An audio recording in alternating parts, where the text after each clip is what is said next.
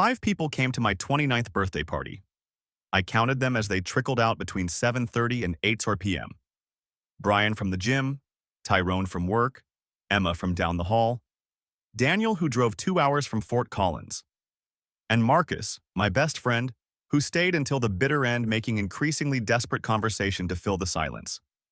The Costco sheet cake sat mostly untouched on my dining table. Happy 29th birthday, spelled in blue frosting that now looked less celebratory and more like a punchline to a joke I was the only one not laughing at. I'd sent 37 invitations. 37. My phone buzzed against the kitchen counter at 8:14 p.m. Mom. So sorry we couldn't make it tonight. Madison needed help with Bella's party tomorrow. You know how she gets when she's stressed. We'll make it up to you. Love you. I read it 3 times, each pass making my chest tighter. Like someone was inflating a balloon behind my sternum, pushing against bone until breathing became work instead of reflex. Tomorrow. Madison's party. For Bella. Her 8-week-old golden retriever puppy. My fingers moved on autopilot, opening Facebook. The event page loaded, Bella's puppy party. 53 people had clicked going. I did the math in my head. 53 people for a dog. 5 people for me. That was a 10.6.1 ratio of my family giving a hang about a puppy versus their son. But sure, I'm the dramatic one. The comments section was a masterclass in priorities. Aunt Karen. Wouldn't miss it. Bella is the cutest. Uncle Tom. See you there. Can't wait. Jessica, my college roommate. OMG, yes. I'll bring dog treats. The same Jessica who'd texted me at 4:23 p.m. So sorry, work deadline is destroying me. Rain check? Apparently work deadlines dissolve in the presence of golden retriever puppies. Scientific fact. I opened my budgeting spreadsheet and created a new tab. Birthday party breakdown. Community room rental, $200. Catering from Marcello's, $385. Decorations, $67.50. Cake, $89.82. Party favors, $105. Total, $840.32. 5 guests. $940 per person who actually showed up. I'd spent a fine $46 per attendee to sit in an empty room and eat catered Italian food alone. I could have taken myself to a Michelin star restaurant and still had money left over for therapy to process the experience. My phone buzzed again. Madison. Hey, thanks so much for understanding. You're still coming tomorrow though, right? It's at 2 p.m. Mom's making your favorite potato salad. Everyone will be there. Also, can you come early to help with the balloon arch? Like noon maybe? We need someone tall, lol. I stared at that message. Let each word sink in like stones dropped into water. Not, sorry we missed your birthday. Not, we'll make it up to you. Just the assumption that I would, of course, show up early to inflate balloons for a dog's birthday party the day after they'd collectively decided mine wasn't worth attending. I typed, what time did you say? Her response came in seconds. 2 p.m. But noon if you can help set up? I'll be there, I replied. Because here's the thing about being the forgotten child. You learn to play the role. You show up. You smile. You help with balloon arches for dog parties while your own birthday happens in empty rooms with leftover cake. You do it because somewhere deep down you keep thinking, maybe this time will be different. Maybe this time they'll notice. Maybe this time they'll finally see you. Spoiler alert, they won't. But I didn't know that yet. Or maybe I did, and I just wasn't ready to admit it. I spent the rest of the evening cleaning up my pathetic excuse for a party. Packed away decorations, stored the leftover food, put the 5 gift bags in my bedroom, unopened. Looking at them hurt too much. By midnight, my apartment looked like the party had never happened. Like my birthday had never happened. Which, let's be honest, was pretty accurate to how my family had treated it. I lay in bed staring at my ceiling, thinking about tomorrow. About standing in my parents' backyard watching 53 people celebrate a puppy while nobody mentioned that 24 hours ago, they'd forgotten about me entirely. My phone glowed on the nightstand. The group chat had come alive. Dad. Looking forward to tomorrow. Madison's really outdone herself with the planning. Mom. I picked up the cutest little party hat for Bella at PetSmart. She's going to look adorable. Madison. You guys, I'm so excited. This is going to be the best day. I scrolled through 47 messages of my family being enthusiastic about a dog party. Not one person had asked if I'd had a good birthday. At 1:47 a.m., I fell asleep to the sound of my phone buzzing with more messages about puppy party logistics. The next morning, I woke up at 10:30 to 17 more texts in the family group chat. Madison sending photos of the backyard setup. Mom sharing pictures of the custom cookies shaped like dog bones. Dad posting a video of Bella wearing a tiny birthday crown. I got dressed. Jeans, t-shirt. Minimal effort for a maximum disappointment kind of day. At 11:42 a.m., I pulled into my parents' driveway in the suburbs. The house looked like Pinterest and PetSmart had a baby. Balloon arch over the front door. A literal red carpet leading to the backyard.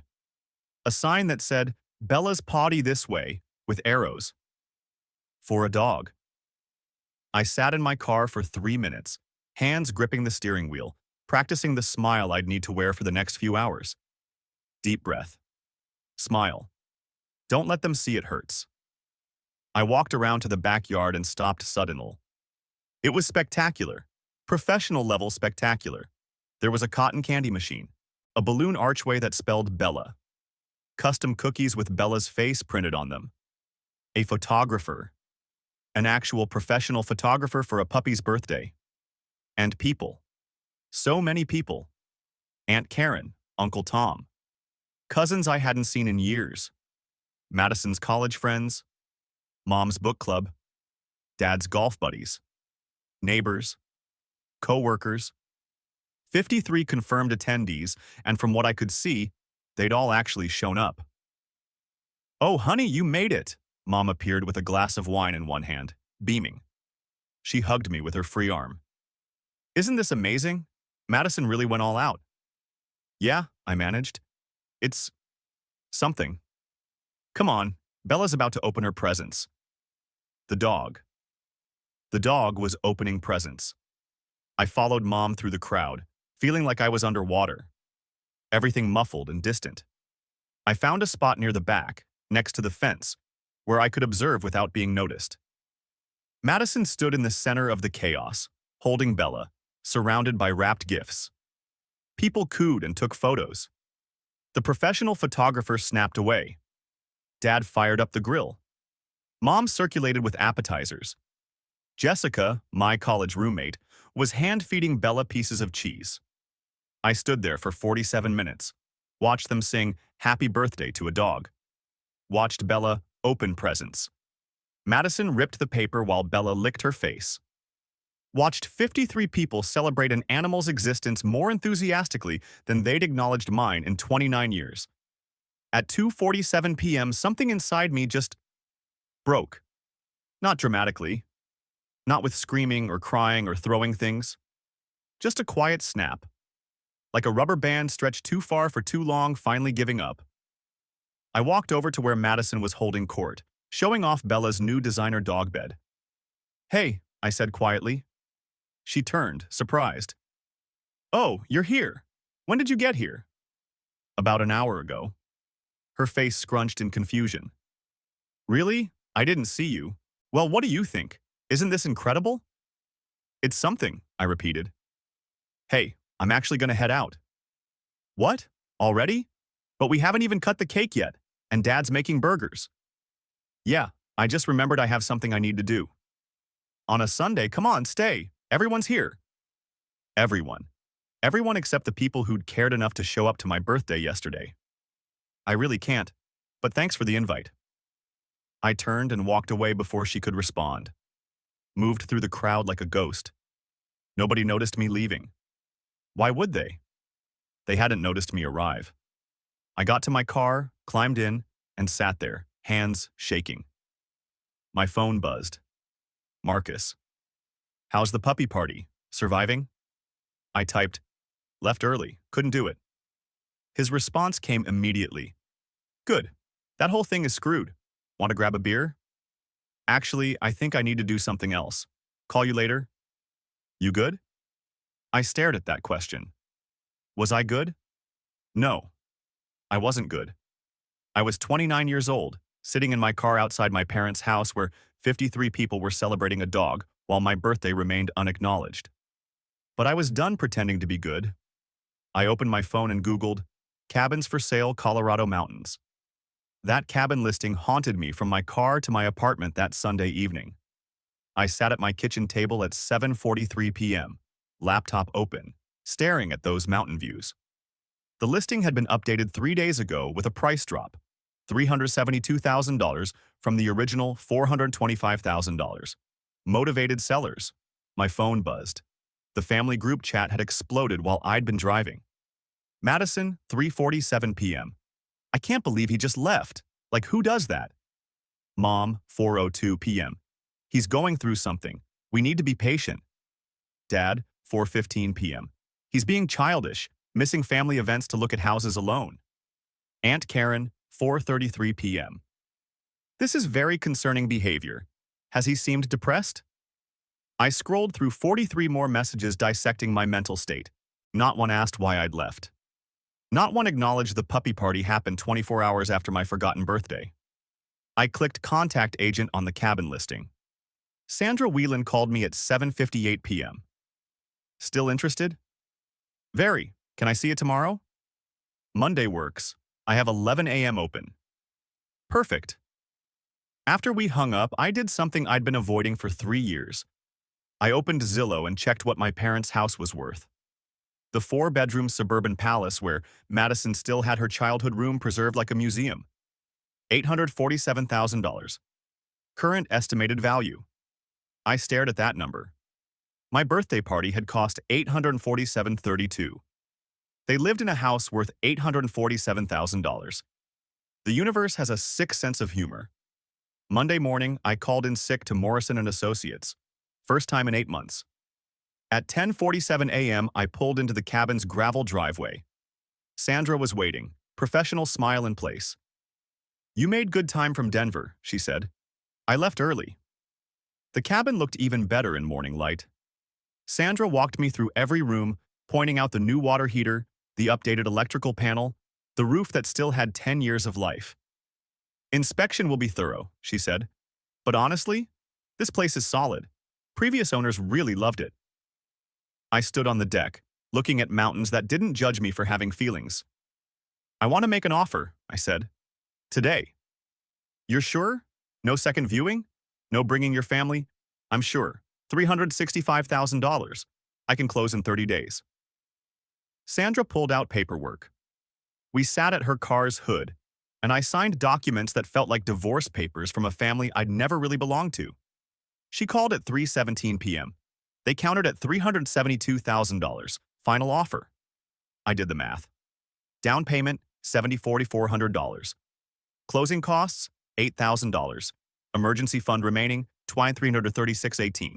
Deal, I said. Congratulations. I'll email the paperwork. We'll need inspection scheduled, mortgage finalized. Oh, and you might want to consider a property manager. Property manager? For when you're not there. Cabin maintenance, checking after storms, handling emergencies, especially important in winter. I can recommend someone excellent, David Chen. He manages about 15 properties up here, very reliable. I wrote down his number. Thanks. At 6:47 p.m., I called David Chen. Sandra mentioned you, he said, voice warm. New cabin owner. Closing in 30 days. She said you might be able to help with property management? Absolutely. I do everything. Winter checks, emergency repairs, coordination with contractors. I also handle rental inquiries if you ever want to Airbnb it, though I'm guessing that's not the plan. Definitely not.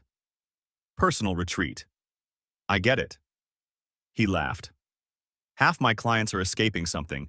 The mountains are good therapy. My rate is $200 monthly for basic management, monthly property checks, emergency response, contractor coordination, or $400 for full service, which includes weekly checks and maintenance scheduling. Let's start with basic. I'll probably be up there a lot anyway. Perfect.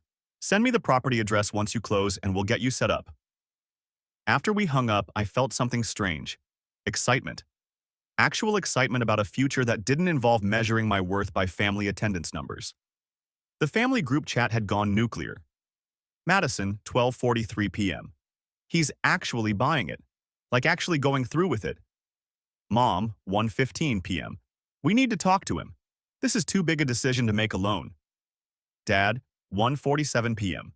I'm very disappointed in this behavior. Madison, 2:04 p.m. Mom's literally crying. Hope you're happy. I typed, offer accepted. Closing November 8th. Property manager hired. All set. The response was immediate chaos. Madison, property manager? You're really doing this? Mom, you've known about this house for one day. Dad, we need a family meeting. Tonight. Can't. Moving preparation. Talk later. I muted the chat. Marcus called at 8:23 p.m. Dude, I'm seeing the family meltdown in real time on Facebook. Madison posted a vague thing about family members who abandon you. Let me guess, 234 sympathetic comments? Try 387, but here's the thing. A bunch of people are calling her out. Jessica from college commented, wait, wasn't his birthday yesterday? Did you go to that? I sat up straight. Jessica said that? My Jessica? Your Jessica is coming to Jesus. There's a whole thread. People asking questions Madison doesn't want to answer. What's she saying? She deleted the post. I laughed. Actually laughed. Of course she did. The inspection happened Wednesday. The property passed. Every system checked out. By Friday, I had mortgage approval and a closing date. November 8th, exactly 2 weeks from my birthday. I didn't tell my family about any of it. Let them wonder. Let them spin theories. Let them experience what it felt like when someone important happened and they weren't invited. Saturday morning, I drove back to the cabin alone. Walked through empty rooms that would soon be filled with my furniture, my books, my life. No Madison's drama, no parents' guilt trips, no Aunt Karen's concerned trolling. Just space, mountain views, and the sound of silence that felt like freedom. My phone buzzed. David Chen. Got your paperwork. We're all set for November 8th. Welcome to mountain living. I sat on the deck that wasn't mine yet, but would be soon, and felt something I'd forgotten existed. Peace.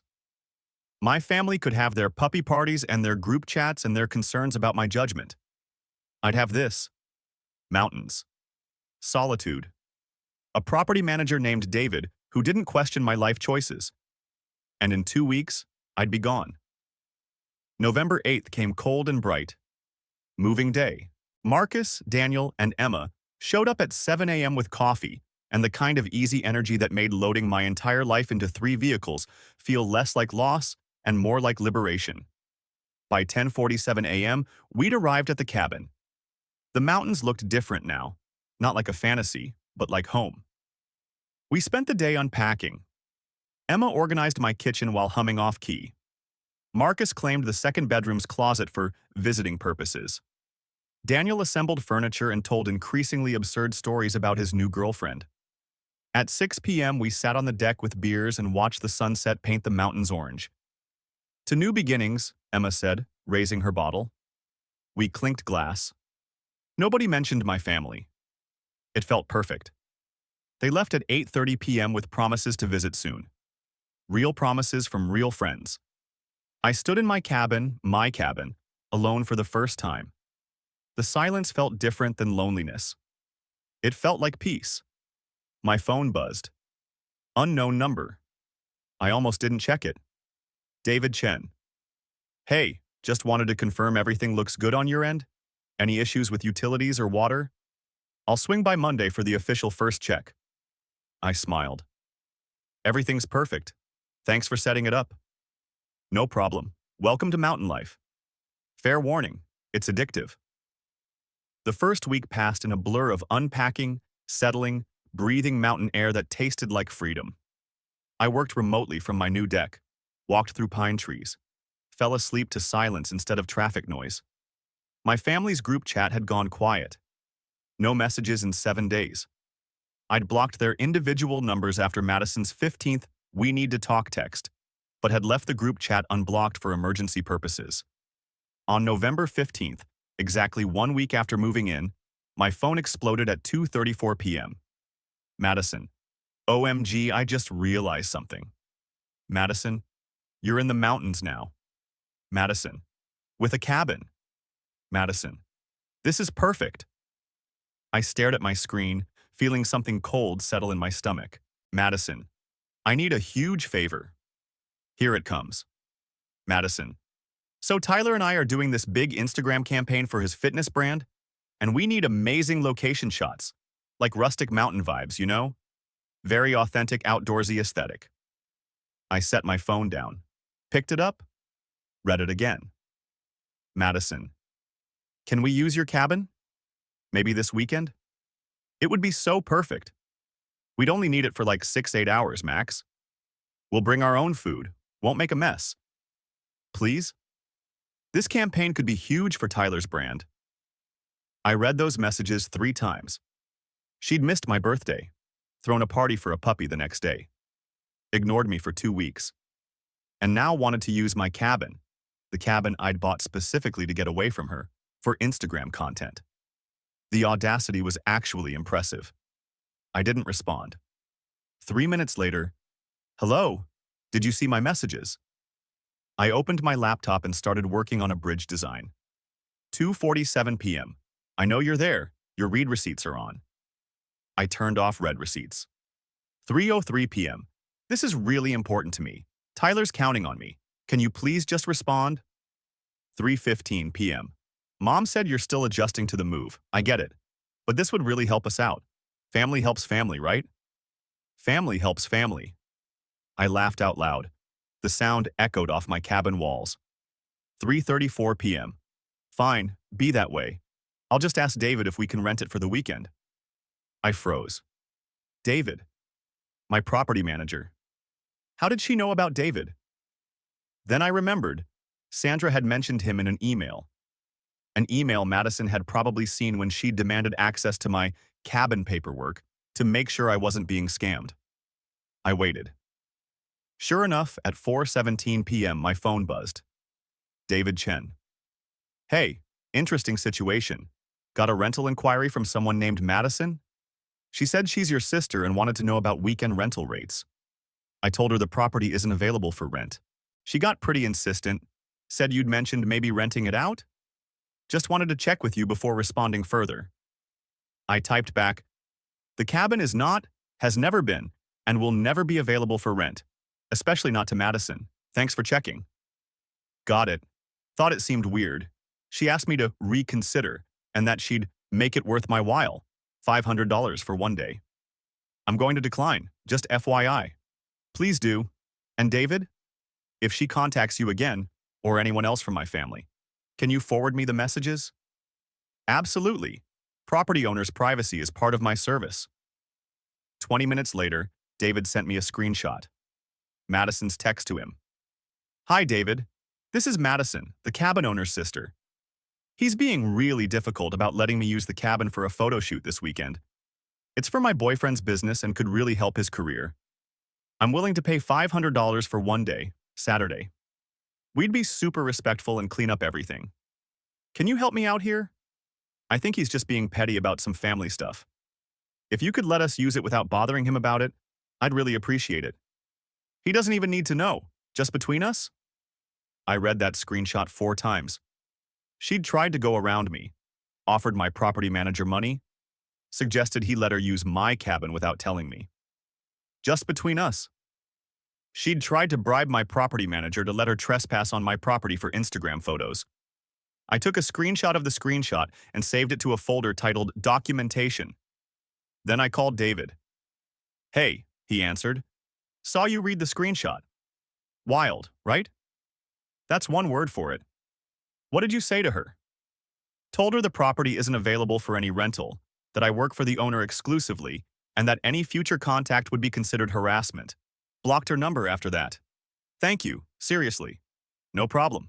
I've been doing this for 12 years. You'd be amazed how often family members try this kind of thing. Just don't tell them is pretty common. He paused. For what it's worth? The fact that she knew about the cabin but tried to go around you suggests some pretty deep family dysfunction. You have no idea. Actually, I might. My parents own rental properties. I've seen siblings sabotage each other over real estate more times than I can count. Your boundaries are good. Keep them. After we hung up, I stared at my phone. Madison had escalated from asking nicely to attempting bribery and trespassing in under 2 hours. My family group chat erupted at 5:43 p.m. Mom. Madison is very upset. She said you're refusing to let her use the cabin for one day. This seems unnecessarily cruel. Dad. Your sister has been very patient with your behavior lately. The least you can do is help her with this photo shoot. Madison. I even offered to pay him and he won't respond. This is so typical. He gets what he wants and everyone else can suffer. I watched the messages pile up. Watched them paint me as the villain for not handing over my property. The property I'd bought specifically to escape them. I typed, Madison contacted my property manager trying to rent the cabin behind my back. Offered him money to let her use it without bothering me about it. Her words. Screenshot available if anyone wants to see it. Sent it. The group chat went silent. 30 seconds passed. 1 minute. 2 minutes. Finally, Dad. There must be a misunderstanding. Me. No misunderstanding. Direct quote. If you could let us use it without bothering him about it, I'd really appreciate it. Just between us? She tried to bribe my property manager to commit trespassing. Mom. Madison wouldn't do that. I uploaded David's screenshot to the group chat. The silence that followed felt different. Heavier. Madison. I was just trying to work something out. You weren't responding. Me. Because I don't owe you my property, or a response, or anything. Madison. You're being so dramatic about this. It's one day. Me. It's my cabin, that I bought, with my money, after you missed my birthday for a puppy party. You don't get access to my life whenever it's convenient for you. I muted the chat. Blocked Madison's number permanently. Sat on my deck and let the mountain silence wash over me. My phone buzzed. Marcus. Just saw your family group chat explosion on Facebook. Madison posted about it. Want me to screenshot? Is it public? Public enough. She's vague posting about family members who cut you off over nothing and people who change when they get a little money. Let her. I'm done performing for an audience that was never actually watching. Emma texted. Saw Madison's post. Want me to comment? Because I have words. Save your energy. She's not worth it. Daniel. Bro, your sister tried to bribe your property manager? That's actually insane. That's Madison. I set my phone face down and watched the sun set behind the mountains. My cabin. My property. My life. Madison could post whatever she wanted. Mom and Dad could defend her. Aunt Karen could concern troll. The family could collectively decide I was the problem. It didn't matter. I was here. On a mountain. In a home that was mine. And they weren't. 3 days after Madison's bribery attempt, the fallout was spectacular. Jessica, my college roommate, the one who'd missed my birthday for a work deadline, posted on Facebook. PSA. When someone tells you they can't come to your birthday party because of work, but then shows up to a dog's birthday party the next day, that's a choice. And when that person's family tries to manipulate property access through bribery, that's a pattern. Do better, Madison. The post got 487 likes. Madison's Instagram comment section became a war zone. People I'd never met were asking pointed questions. Wait, you skipped your brother's birthday? Did you really try to bribe his property manager? The math isn't mathing, girl. She deleted her entire Instagram. Marcus sent me updates like sports commentary. Aunt Karen just commented defending Madison. Jessica responded with the screenshots you posted in the group chat. It's glorious. I was sitting on my deck, drinking coffee, watching mountains that didn't care about Instagram drama. My phone buzzed. Mom. I'd unblocked her number the day before. Not because I'd forgiven anything, but because complete silence felt like their tactic, and I refused to use their playbook. We need to talk, her text said. Your father and I have been discussing the situation. I didn't respond immediately. Let her sit with the silence the way I'd sat with 29 years of invisibility. 2 hours later, I typed, I'm listening. She called within 30 seconds. Thank you for picking up, she said. Voice careful, measured. Your father and I have been reflecting about your birthday, about Madison, about a lot of things. I waited. We missed it, she continued. Not just your birthday party. We missed 29 years of you. We made you background noise in Madison's story, and that was wrong. I felt my chest tighten. What brought on this revelation? Jessica's Facebook post, and the comments, and Madison's reaction to everything. She paused. And honestly, your property manager situation made us realize how far Madison has gone, how far we've let her go. Where's Madison now? At our house. She's not doing well. Tyler broke up with her yesterday. I should have felt satisfaction. Instead, I felt tired. Mom, I don't say this to be cruel, but I need you to understand. Madison's pain right now? I felt that every day for 29 years. Every time you chose her dance recital over my science fair. Every time you made me understand why my achievements mattered less than her wants. That accumulated pain doesn't go away because suddenly you feel guilty. I know, her voice cracked. I know, and I'm so sorry. Your father and I, we want to do better. If you'll let us. What does better look like? Therapy, family therapy. We've already scheduled sessions. Madison is resistant, but we're making it mandatory if she wants to continue living here. I raised my eyebrows. You're actually setting boundaries with Madison? Turns out boundaries are important. She laughed, but it sounded hollow. Who knew?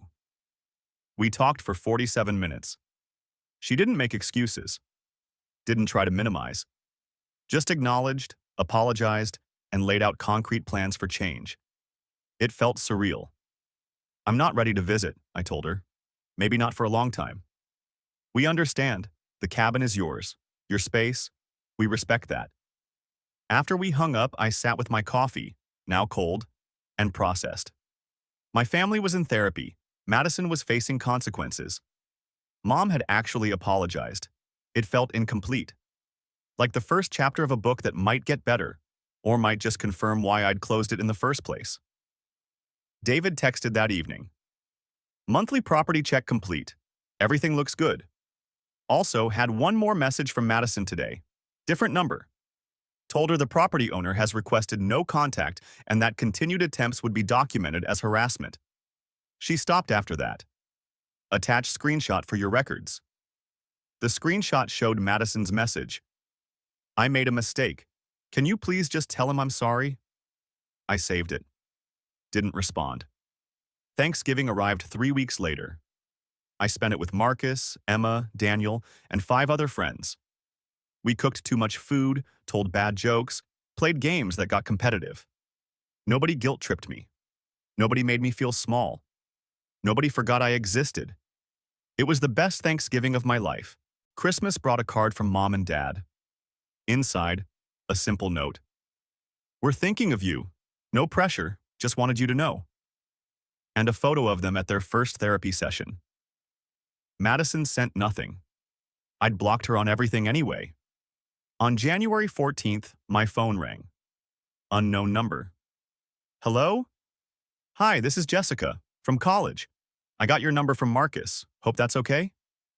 Jessica? Hi. Yeah, it's fine. What's up? I wanted to apologize, properly. I was a terrible friend. I missed your birthday for no good reason, went to that ridiculous puppy party, and then played dumb when Madison tried to manipulate the situation. She took a breath. You deserved better. I should have been better. I appreciate that. Also, I'm getting married in June, and I'd really like you to come. No pressure, but I wanted you to know you're invited, for real this time. I smiled despite myself. Send me the invite. I'll think about it. Fair enough. And hey, congratulations on the cabin. Marcus showed me photos. It's incredible. Thanks, it's been good. After we hung up, I walked out to my deck. The January snow made everything look clean, untouched. My phone buzzed. Marcus. Emma and I are planning a cabin invasion for Valentine's Day weekend. You're being invaded. Prepare accordingly. Me. There's a second bedroom for a reason. Marcus. Look at you. Building a life people actually want to visit. Character growth. He wasn't wrong. On February 13th, my phone rang. Dad. I almost didn't answer. but curiosity won. Hi, Dad. Hi, son. He sounded nervous. I won't keep you. I just wanted to say, therapy has been illuminating and humbling. Your mother and I are learning a lot about the ways we failed you. I wanted you to know we're working on it. No expectations. Just working on being better. How's Madison? She's struggling, but growing, I think. She asks about you sometimes. Not to get access to the cabin, he added quickly. Just asks how you are. Tell her I'm fine. I will. He paused. We love you. We always did. We just showed it poorly. Love isn't the problem, Dad. Priority is. But I appreciate you working on it. After he hung up, I stood in my cabin, and felt something shift. Not forgiveness, not reconciliation, just possibility. The kind that comes with time and actual change, not empty promises. March arrived with wildflowers and morning light that made the mountains look like paintings. I'd been living in the cabin for 4 months. 4 months of peace, of friendship, of existing fully without making myself smaller. On March 17th, my phone buzzed. Unknown number. This is Madison, don't hang up. I should have. But I waited. I mucked up. Her voice was small. The birthday thing. The bribery thing. All of it. I've been in therapy for 3 months now, and my therapist says I need to take accountability without expecting anything back. So, I'm sorry. For 29 years of making everything about me, for not seeing you. For the property manager thing, which was genuinely insane and I'm embarrassed about. You don't have to forgive me.